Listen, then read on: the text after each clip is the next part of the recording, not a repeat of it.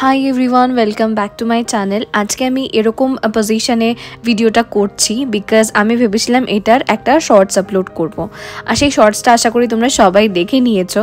So আমি এই ভিডিওটা একটু বড় করেই পোস্ট করলাম, শর্টের মতো কেটে কেটে পোস্ট করলাম না এই কারণেই, কারণ এই ভিডিওটাতে থ্রু আউট আমি তোমাদের অনেক কিছু শেয়ার করব যেটা আমি আজকে ট্যুরে এসে যেগুলো ফলো করেছি। এবং পুরো ট্যুরে বিশ্বাস করো আমার মুখে ট্যান পড়া থেকে এবং ড্রাইনেস থেকে এবং অ্যাকনে থেকে আমার পুরো স্কিন রক্ষা পেয়েছে, সেগুলোই আমি তোমাদের শেয়ার করব। সেটা দেখে নি চলো। ঘন ঘন তো মুখে হাত একদমই দেবে না, এবং যখনই ফেস ওয়াশ করবে অবশ্যই হাতটাকে ভালো করে হ্যান্ড ওয়াশ দিয়ে 1-1.5 মিনিট ধরে ধুয়ে নেবে। তারপরে আমি এখানে ইউজ করে নিচ্ছি প্লামের একটা মেকআপ রিমুভার। আমি মেকআপ করিনি যদিও, এবং যেটুকুনি মেকআপ করেছি সেটা হচ্ছে চোখের মাস্কারা আর কাজল, দ্যাটস অল। আর ঠোঁটে লিপস্টিক দিয়েছিলাম, তো সেটাকে ওঠানোর জন্য আমি ইউজ করে নিচ্ছি প্লামের এই কি বলবো মেকআপ রিমুভিং বামটা।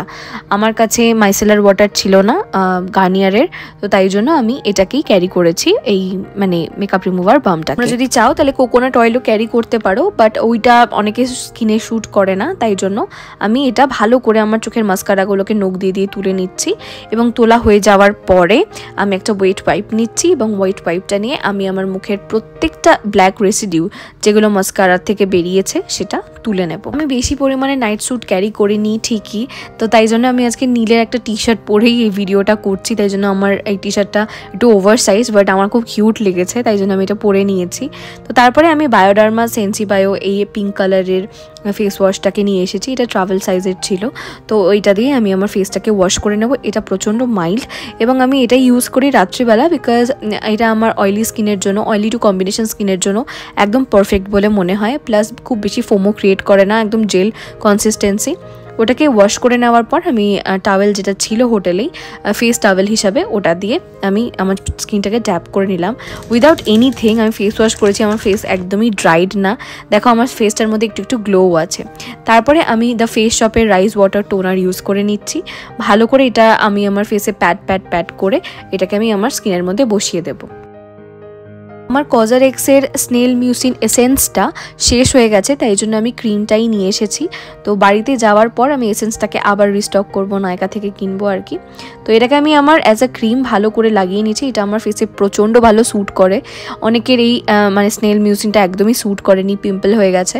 সত্যি কথা বলতে প্রথম যখন আমি মাখতাম আমারও ফেসে পিম্পল হয়েছিল, কিন্তু তারপরে এটা রেগুলার ইউজ করতে করতে আমার সমস্ত প্রবলেম, পিম্পল ছাড়াও যে আরও প্রবলেম ছিল সেগুলো কিন্তু চলে গেছে।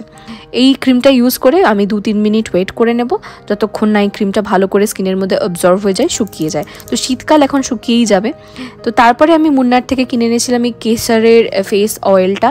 তো আমি এখন স্কিনে গ্লো চাই এই পুরো ট্যুরটার মধ্যে, তাই জন্য আমি এই ফেস অয়েলটাকেই আমার ফেসের মধ্যে ভালো করে অনেকটা করে মানে লাইক চুপচুপে করে দিয়ে নিচ্ছি। এটা কিছুক্ষণ পরই পুরোপুরি টেনে যায়, মানে পুরোপুরি না হলে ডিউই একটা লুক থাকে, এই এত অয়েলিনেসটা কিন্তু থাকে না। তার মানে বুঝতে পারছো ফেশিয়াল অয়েলের কত নিড থাকে শীতকালে। তো এটা তো আমি সারা বছরই ইউজ করি এবং আমাকে প্রচণ্ড ভালো রেজাল্ট দিয়েছে। যদি এটা অনেক বেশি শেষ হয়নি, আমি এটা আরও অনেক দিন বেশ চালাতে পারবো। যাই হোক, এরপরে আমি কি ইউজ করব জানি না। এরপরে আমি মানে এই ট্যুরটাতে না লিপ বাম নিয়ে আসতে ভুলে গেছিলাম, তাই জন্য হিমালয়ের একটা লিপ বাম আমি কিনেছি 40 টাকা দিয়ে এখানের একটা কেমিস্ট শপ থেকে। ওটাই আমি আমার ঠোঁটে ইউজ করে নিয়েছি। না হলে আমি ডট অ্যান্ড কিয়ের একটা খুব ভালো লিপ বাম আছে আমার কাছে বাড়িতে, সেটাই আমি ইউজ করে থাকি। তো হয়ে গেল এই আমার 3 স্টেপের স্কিন কেয়ার। ব্যাস আমি এইটাই করি, এবং এটা করে আমি এখন রাতে খেতে যাব। আর উদয়পুরে রাত্রিবেলা প্রচণ্ড ঠান্ডা ছিল, মানে তাও তোমার কত বলবো 13-14 তো ছিল, আর ফিলস লাইক 7-8, ঠিক আছে। তো তাই জন্য আমি এখন তাড়াতাড়ি খেতে চলে যাচ্ছি। এখন বাজে তাও 8:30 মতো।